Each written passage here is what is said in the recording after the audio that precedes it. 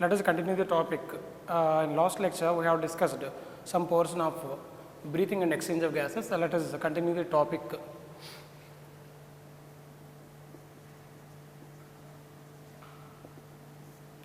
As you know already, the respiratory passage begins with nose and ends with lungs. Nose opens outside through two external nostrils, and the two external nostrils leads into nasal cavity, and the nasal cavity through internal nostrils leads into pharynx, particularly nasopharynx. The nasopharynx is a part of pharynx. Pharynx is a common passage for both food and air. Then the pharynx, nasopharynx leads into the larynx. Larynx leads into the trachea, trachea into the bronchi, bronchi into bronchioles, and the bronchioles ends with alveoli. Alveoli are the structural and the functional units of the lungs. Trachea, it is of 20 centimeters long, 20 centimeters long, and its wall supported by C-shaped cartilaginous rings. C-shaped cartilaginous rings. The C-shaped cartilaginous rings are made of hyaline cartilage. Hyaline cartilage, and its wall lined by pseudostratified ciliated columnar epithelium. Columnar epithelium. The pseudostratified columnar epithelium looks like a stratified epithelium, but originally it is a simple epithelium. It has ciliated columnar cells.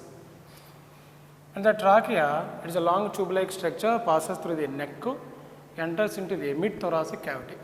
In mid-thoracic cavity, the trachea divides into bronchi, left bronchus and right bronchus. Each bronchus enters into their corresponding lungs. Bronchi also lined by pseudostratified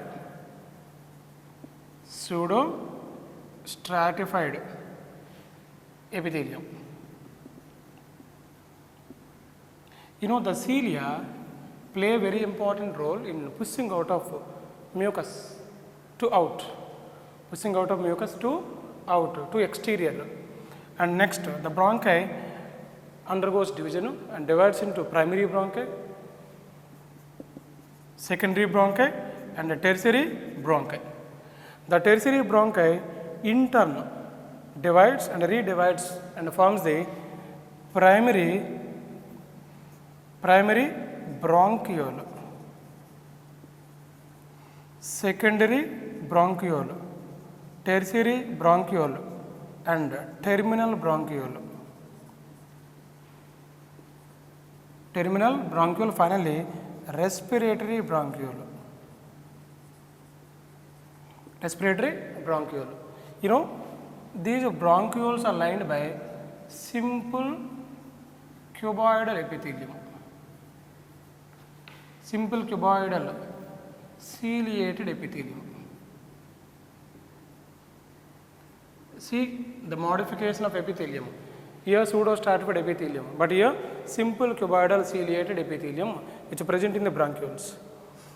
You know, from the bronchi, all the trachea, complete trachea, bronchi, until terminal bronchioles. Till terminal bronchioles along with the trachea, like this bronchiole divides into primary bronchiole, secondary bronchiole, tertiary bronchiole, then terminary bronchiole and respiratory bronchiole. The trachea, bronchi and the initial bronchioles till terminal bronchiole, not terminal bronchiole, till tertiary bronchiole. The wall is supported by C-shaped, incomplete cartilaginous rings are present.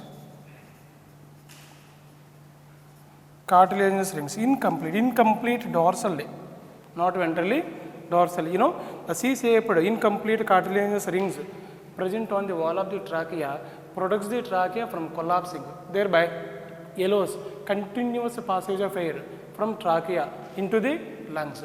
So, these cartilaginous rings prevents the trachea from collapsing. So, till tertiary branchiole, these C-shaped cartilaginous rings are present. But whereas terminal branchiole and respiratory branchioles are not covered, these are not supported by cartilaginous rings.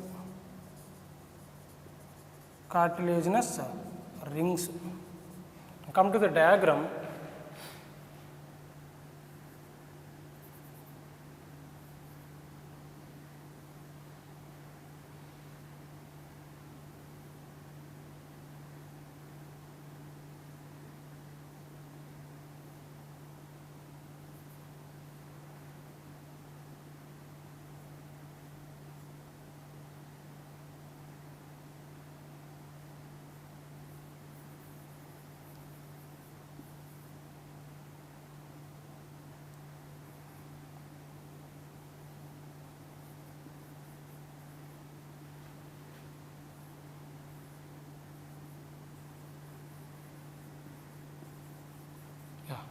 This is terminal branchiole.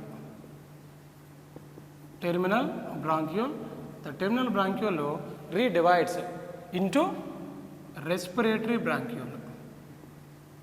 This is respiratory bronchiole. The diagram is given in the state textbook. The respiratory branchiole ends with a cluster of alveolar sacs. No, sorry, these are alveolar ducts. Alveolar ducts ends with alveoli. Alveolar sacs or alveoli. These are alveoli. So respiratory branchiole ends with cluster of alveolar ducts. Each alveolar ducts ends with alveolar sacs. Alveolar sacs nothing but alveoli. Alveoli are the structural and functional units of the lungs. Now these alveoli are richly supplied with blood capillaries.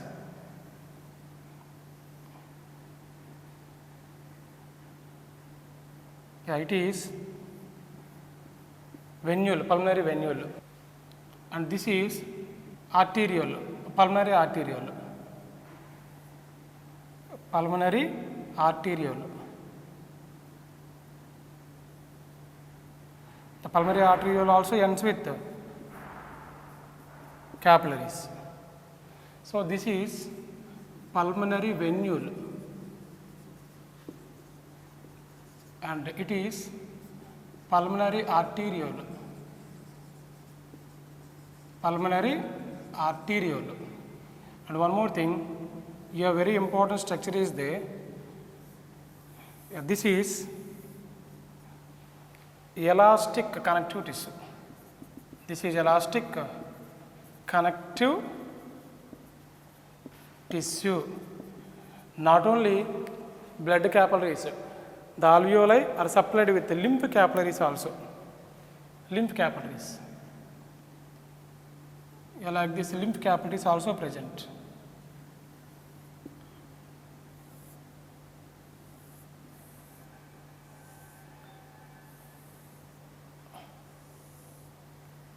It is a lymph capillary.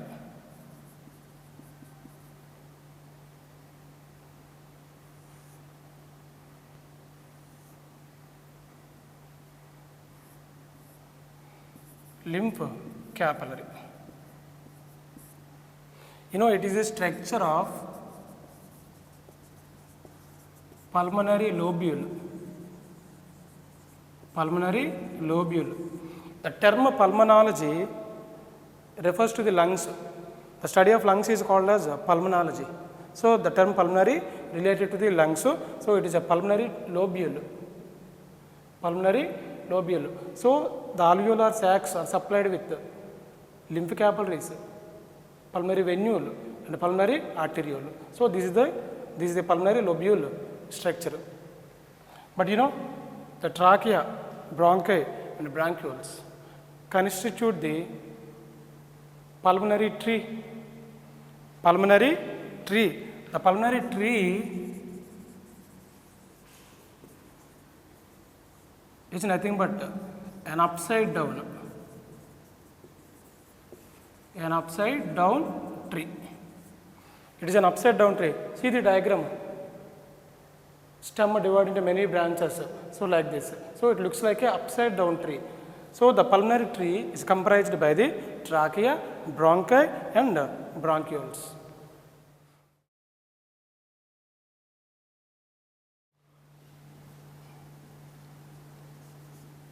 Next part is lungs. Lungs are elastic, spongy structures. These are elastic and spongy structures made of with alveoli. Let us go with diagram.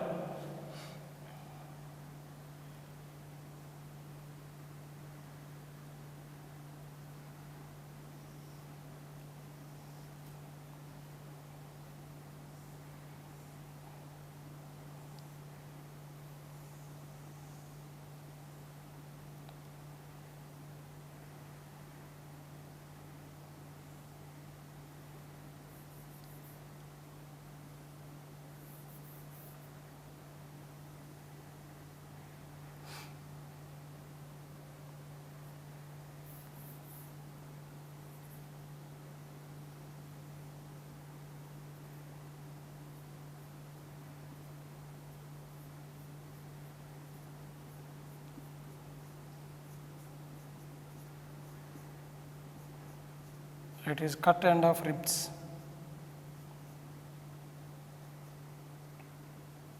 Cut end of ribs,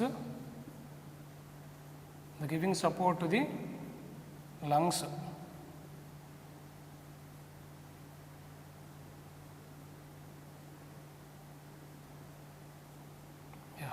At the bottom of the lungs there is a dome shaped structure. It is named as a diaphragm. This is diaphragm.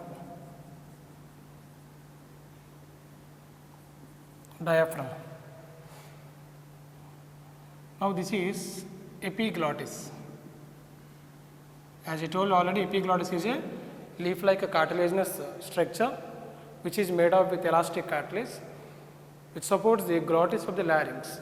Glottis is the opening of the larynx into the trachea, and this is larynx. Larynx is the voice box, and this is trachea. Trachea is a long tube-like structure which is supported by incomplete cartilaginous rings, C-shaped cartilaginous rings, the incomplete dorsally. So it passes through the neck, enters into the mid-thoracic cavity. At the level of the mid-thoracic cavity, particularly at the fifth vertebra, it is divided into bronchi. This is called as bronchi. Right bronchus. Bronchus is singular. So the trachea divides into right and left bronchi at the level of the fifth thoracic vertebra. At the level of fifth thoracic vertebra. It is a part of vertebral column. There are 33 vertebrae in vertebral column in the embryonic stage, but in the adult only 26 vertebrae are present. At the level of the fifth thoracic vertebra, it divides into left and right bronchi. Each bronchus enters into their corresponding lungs. So once the bronchi enters into the lungs, it divides into bronchioles, primary bronchiole, secondary bronchiole, and tertiary bronchiole, like that.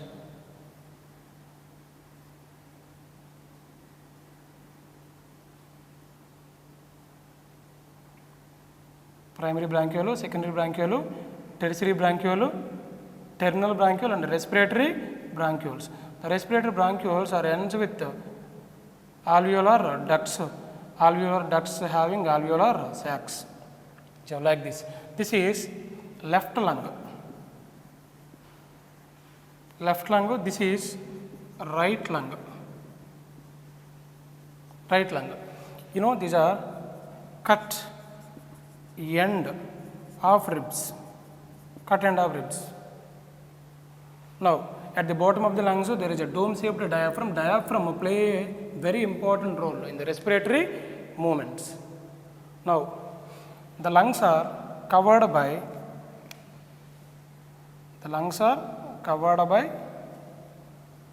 a double-layered pleura, a double-layered pleural membranes. Pleural membranes. The pleura is a double-layered. This is inner, this is the outer. In between the two pleural membranes, there is a pleural fluid. Yeah, pleural fluid is present. Yeah, pleural fluid. You know, the pleural membranes are made up with simple squamous epithelium. Simple squamous epithelium. So it is a simple epithelium, pleural membranes. It is nothing but peritoneum. Outer parietal pleural peritoneum, inner visceral pleural peritoneum. In between these two, there is a pleural fluid. The pleural fluid reduces the friction on the lungs, on the surface of the lungs. Next, yeah, pleural membranes is over. You know, the outer pleural membrane is in close contact with the thoracic lining, but the inner pleural membrane is in close contact with the lung surface. Lung surface. You know, the lungs occupy a major part of the thoracic cavity or thoracic chamber.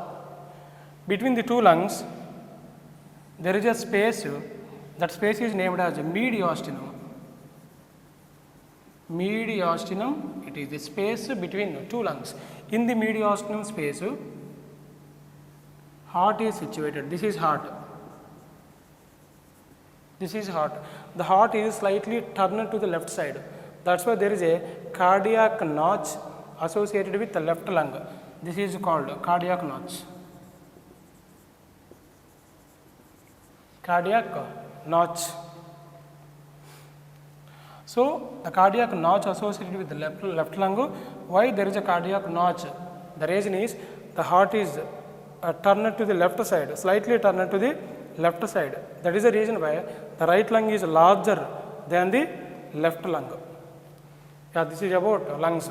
You know, the lungs are anatomically arranged. These are anatomically arranged in the thoracic chamber. Thoracic chamber is an airtight chamber. It is an airtight chamber. The thoracic cavity is dorsally formed by the vertebral column, ventrally formed by the, there is a sternum, and laterally by the 12 pairs of ribs, and at the bottom of the lungs or thoracic cavity there is a dome-shaped diaphragm. So the rib cage or thoracic cavity dorsally formed by the, I am writing here, dorsally rib cage.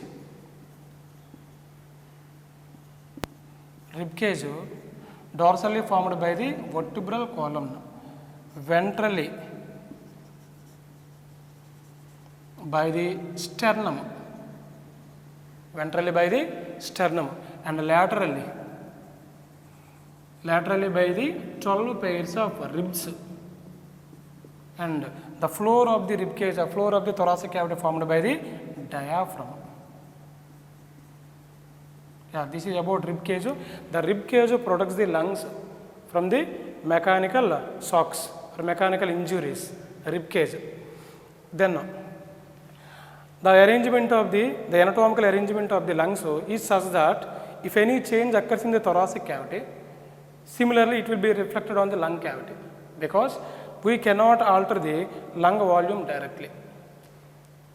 We are not able to alter the lung cavity directly. The reason is absence of skeletal muscles or striped muscles or voluntary muscles. Striped muscles are absent in the lung cavity. Due to the absence of the striped muscles or voluntary muscles, we cannot alter the pulmonary volume or pulmonary cavity. That is the reason why we depend on thoracic cavity. We depend on thoracic cavity.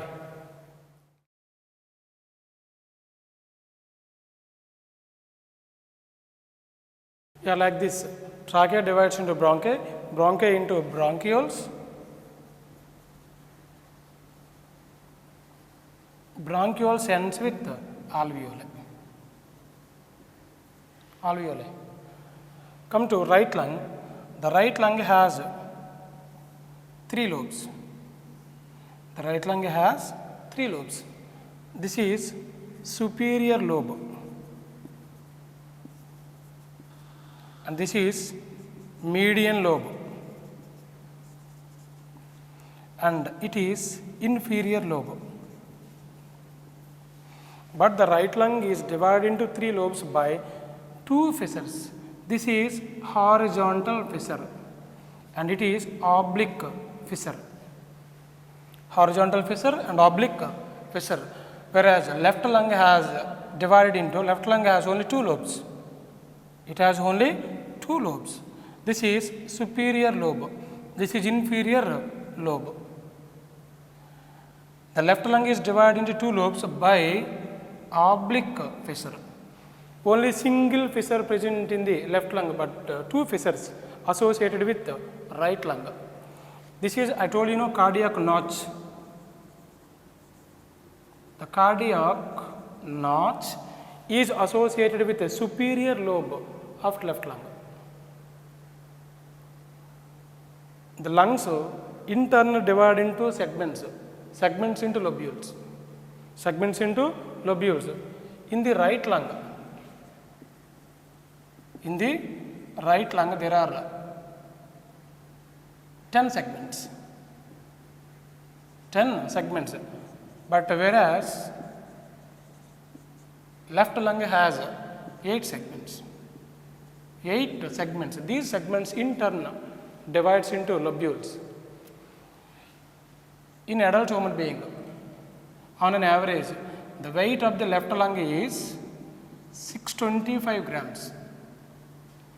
625 grams, and on an average, the adult left lung weight is 565 grams. 565 grams. So, right lung is larger than left lung. Why the left lung is smaller than the right lung? The reason is it has a cardiac notch to provide space to the arrangement of the heart or location of the heart. Next, each lung has around 300 millions of alveoli. 300 millions of alveoli present in each lung. All these alveoli provides more surface area. They provide surface area of 75 to 85 square kilometers. Sorry, not kilometers, square meters. All these alveoli together provides a surface area of 75 to 80 square meter surface area. So, more surface area is required. If more surface area, there is more exchange of gases. Why? The lungs are made up with millions of alveoli. If more alveoli, more surface area, then more exchange of gases. This area is roughly similar to a tennis court. It is roughly similar to a tennis court. Come to an important term, pleurisy. Pleurisy means inflammation of lungs. Inflammation of lungs. And come to larynx. As I told you previously, the larynx is supported by 9 cartilages. How many cartilages? 9 cartilages. Do all the cartilages are of the same type? No. The cartilage is supported by a hyaline cartilage and elastic cartilage. 9 cartilages now. Thyroid cartilage. Thyroid cartilage, I told you already, it is the largest cartilage supporting the larynx, and cricoid cartilage. And cricoid cartilage. These two are made of hyaline type. hyaline type of cartilage. These two are made up with hyaline cartilage. Next, arytenoid. Arytenoid cartilage. Cuneiform cartilage. And carniculate cartilage. Carniculate cartilage. And epiglottis. Epiglottis. These four are made up with elastic cartilage. Elastic cartilage. Yeah, this is about very important information regarding 9 cartilages of larynx.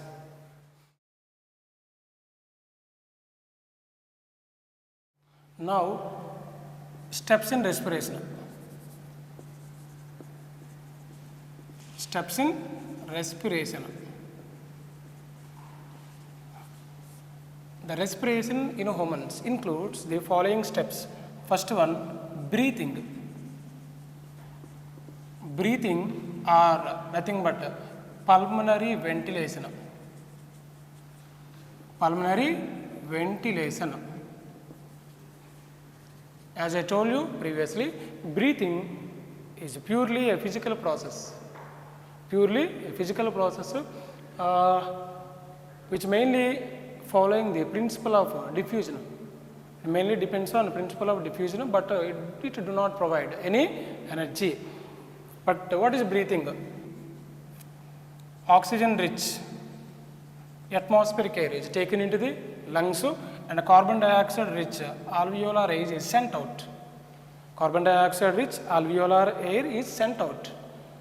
As I told you previously, breathing is purely a physical process which do not provide any energy. It depends on the principle of a simple diffusion. I come to second step. Diffusion of gases. Diffusion of gases like O2 and CO2 across alveolar membranes. Across alveolar membranes. Alveolar membrane is a respiratory membrane which lines the alveoli, which lies very close to the alveoli, alveolar membranes. And come to third one, transport. Transport of gases like O2 and CO2 through blood. Through blood from lungs to tissues. It is the third step. And come to fourth step, again diffusion of gases. Diffusion of gases across, diffusion of not across, between blood and tissues. Blood and tissues. Here the blood is carried out by systemic capillaries. Systemic capillaries supplies blood to the tissues, but whereas the capillaries found near the alveoli are pulmonary capillaries. Pulmonary capillaries. Here in the second step, diffusion of gases occurs between oxygen of alveolar air and carbon dioxide of pulmonary capillaries. The carbon dioxide present in the pulmonary capillaries diffuses into the alveolar cavity.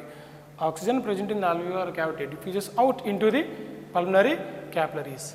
And come to last step, utilization. Utilization of oxygen by body cells. The body cells utilizes the oxygen for catabolic processes. For catabolic processes, at the end of the catabolic process, carbon dioxide, water and energy is liberated.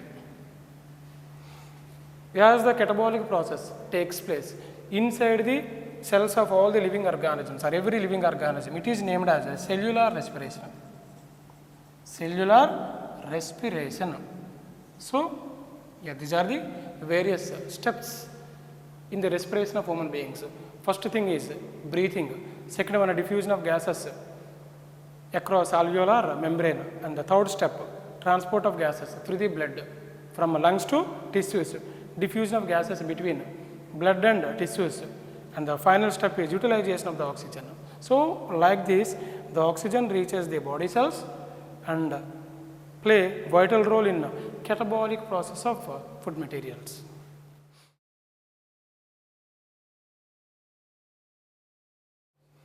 Now, mechanism of breathing. Mechanism of breathing. What is breathing? Breathing is a means of maximizing the process of exchange of gases. Breathing is a means of maximizing the process of exchange of gases. During breathing, the air enter into the lungs, particular oxygen, atmospheric air enter into the lungs, and alveolar air sent out of the lungs by creating a pressure gradients. By creating pressure gradients. This pressure gradient play a very important role in the exchange of gases between lungs and atmospheric air. So, because of a pressure gradients, oxygen rich atmospheric air enters into the lungs and carbon dioxide rich alveolar air sent out from the lungs. How these pressure gradients are created? As you know, you have learnt in previous classes, the mechanism of breathing occurs in two stages. First one is inspiration and second one is expiration. So, during inspiration, oxygen rich atmospheric air enters into the lungs, but during expiration, carbon dioxide rich alveolar air sent out from the lungs. So, these two processes are carried out by creating a pressure gradients between lungs and atmospheric air. It is pressure dependent now. So, during inspiration, the intrapulmonary pressure or pressure within the lungs decreases. Pressure within the lungs, lung pressure, nothing but intrapulmonary pressure. Intrapulmonary pressure decreases than the atmospheric pressure. So, your atmospheric pressure is high. Your atmospheric pressure is high, but the pressure within the lungs, intrapulmonary pressure is low. So, there is a negative pressure within the lungs, negative pressure. So, the air from the atmosphere rushes into the lungs from a higher pressure to lower pressure, because the pressure gradients are playing a vital role in the inspiration. Whereas in expiration, the pressure within the lungs,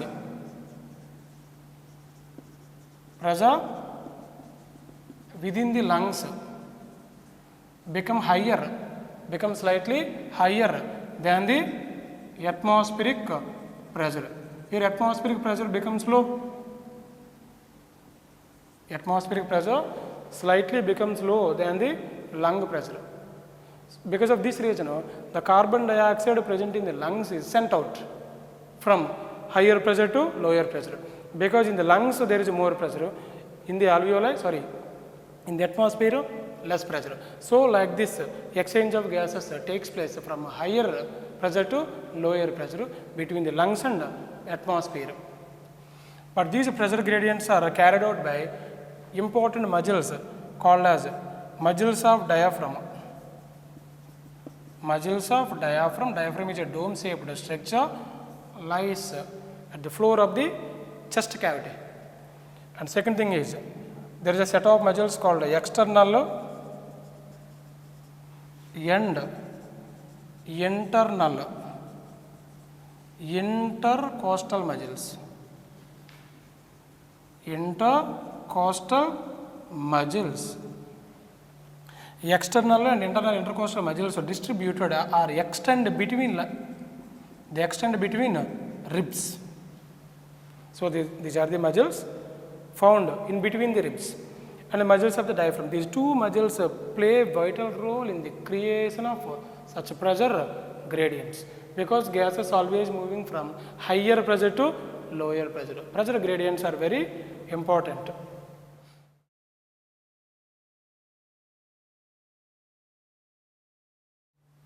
As I told you previously, the respiration or mechanism of breathing occurs in two stages. The first one is inspiration.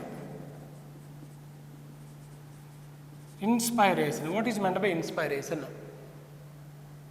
Oxygen rich atmospheric air is taken into lungs. Taken into lungs. In human beings, the inspiration is an active process. It is an active process. Why it is named as active process? Because it requires energy. It requires energy. Energy is required. Reason is it is carried out by contraction of the muscles. Contraction of the muscles. There are two important muscles play role in the intake of air into the lungs. First one is phrenic muscles. Phrenic muscles of diaphragm. Phrenic muscles of diaphragm. The contraction of the phrenic muscles of the diaphragm decreases the volume of the thoracic chamber in antero-posterior axis. Very important bit.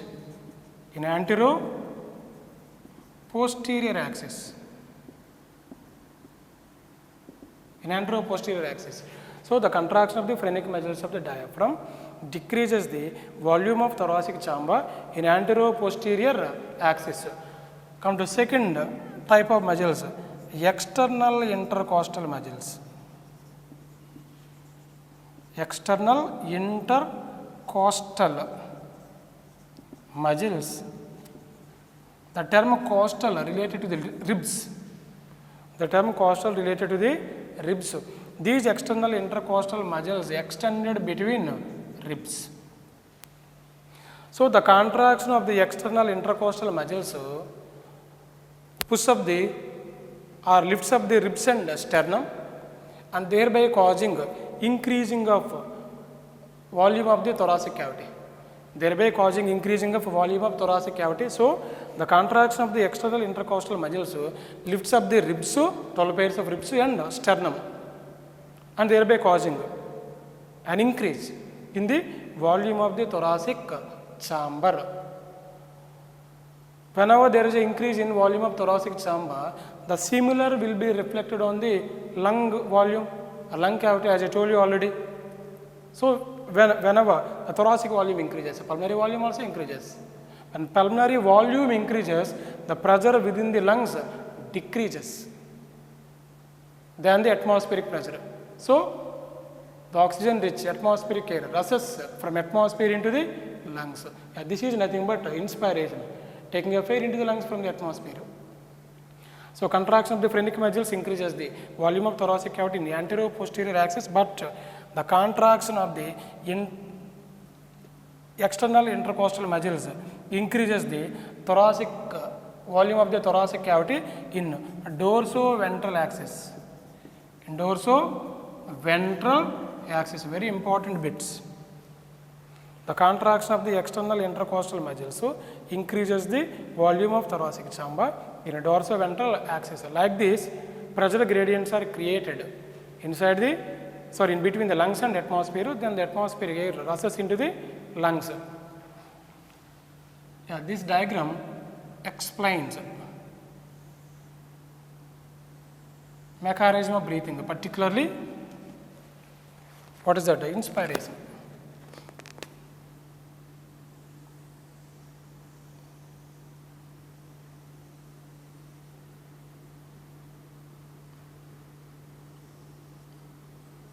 These are the ribs. As I told you already, not ribs, vertebral column, vertebrae. Dorsally, the thoracic cavity formed by the vertebrae.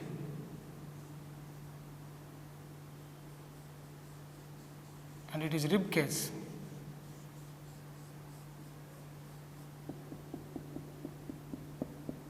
Rib cage.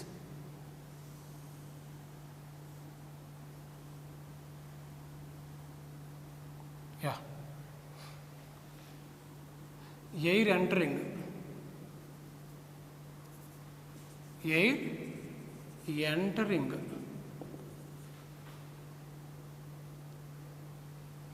air entering into the alveoli, into the alveoli, and this is alveolar cavity, alveolar cavity, and here this is diaphragm. Here diaphragm contracted, diaphragm contracted, ribs and sternum raised up, ribs and sternum raised up,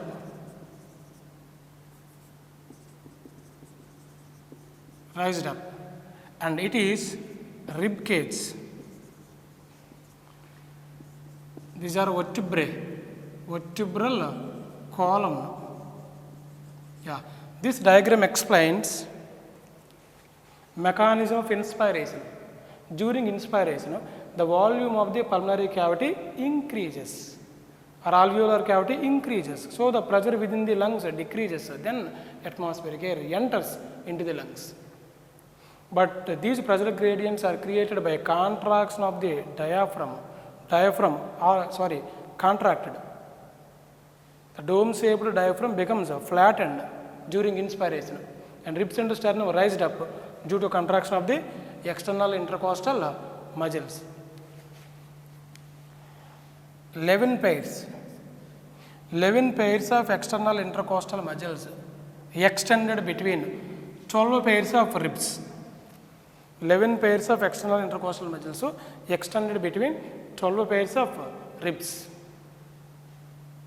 And whereas the muscles of the diaphragm named as phrenic muscles, they extend from the diaphragm to ribs and vertebral column. The phrenic muscles of the diaphragm extend from the diaphragm to ribs and vertebral column.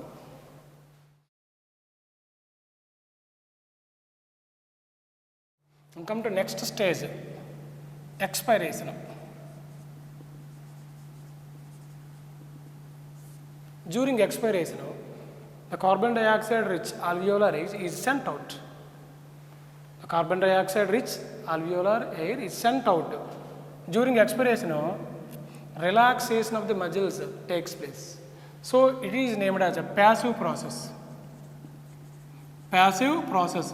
In first intermediate, we have studied one lesson, Periplanet americana. In Periplanet americana, cockroach, we have discussed one thing. In cockroach, inspiration is a passive process, but expiration is active process. But that is completely opposite in case of human being. Inspiration is active process, expiration is passive process. Reason is, here the passive process is carried out by relaxation. Relaxation of muscles. The muscles of diaphragm and muscles of ribs, particularly external intercostal muscles, so relaxed. So again the diaphragm attained dome shape and ribs and sternum goes to their original position. Then the volume of thoracic chamber, see during inspiration, the volume of thoracic chamber increased. So the pressure within the lungs decreased. But whereas in expiration, the volume of thoracic chamber decreased. Similarly, the volume of lung also decreased, but within the lungs the pressure increased slightly than the atmospheric pressure. So the carbon dioxide rich alveolar air is sent out.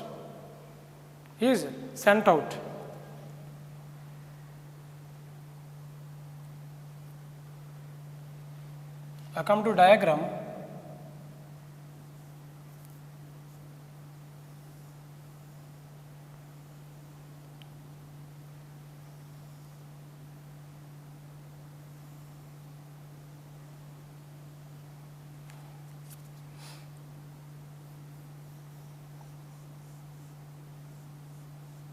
Yeah, it is a rib cage.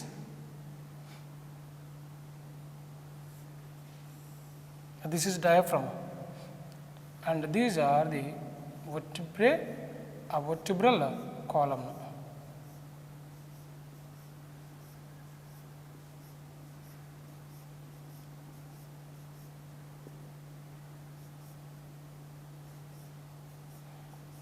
Vertebral column. See the difference between the diagram of inspiration and the expiration. There is a difference. Here, the diaphragm is relaxed. When the diaphragm is relaxed, it becomes arched. Arched diaphragm. See the arrow marks. Arched diaphragm. Diaphragm is relaxed and arched. Arched means it again attains dome shaped.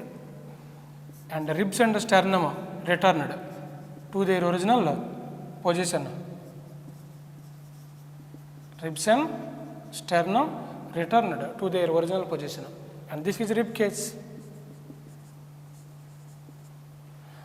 The volume of alveolar cavity is decreased. Thereby, air expelled out. It is the mechanism of expiration. During mechanism of expiration, the muscles of diaphragm and external intercostal muscles are relaxed. So, the volume of thoracic chamber decreases. Then there is a similar decrease in the volume of lung, and the pressure within the lungs increases. So, the alveolar air is sent out, given out. Diaphragm relaxed, ribs and sternum comes to their original position.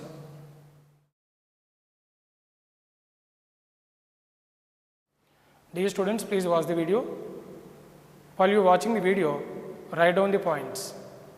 Still many members are writing on papers, that is not good. Please maintain running notes, it is mandatory. And one more thing, only few people are responding, only few people. I told you previously, these topics will not be repeated once again. This is the final. If you miss the video, you miss forever.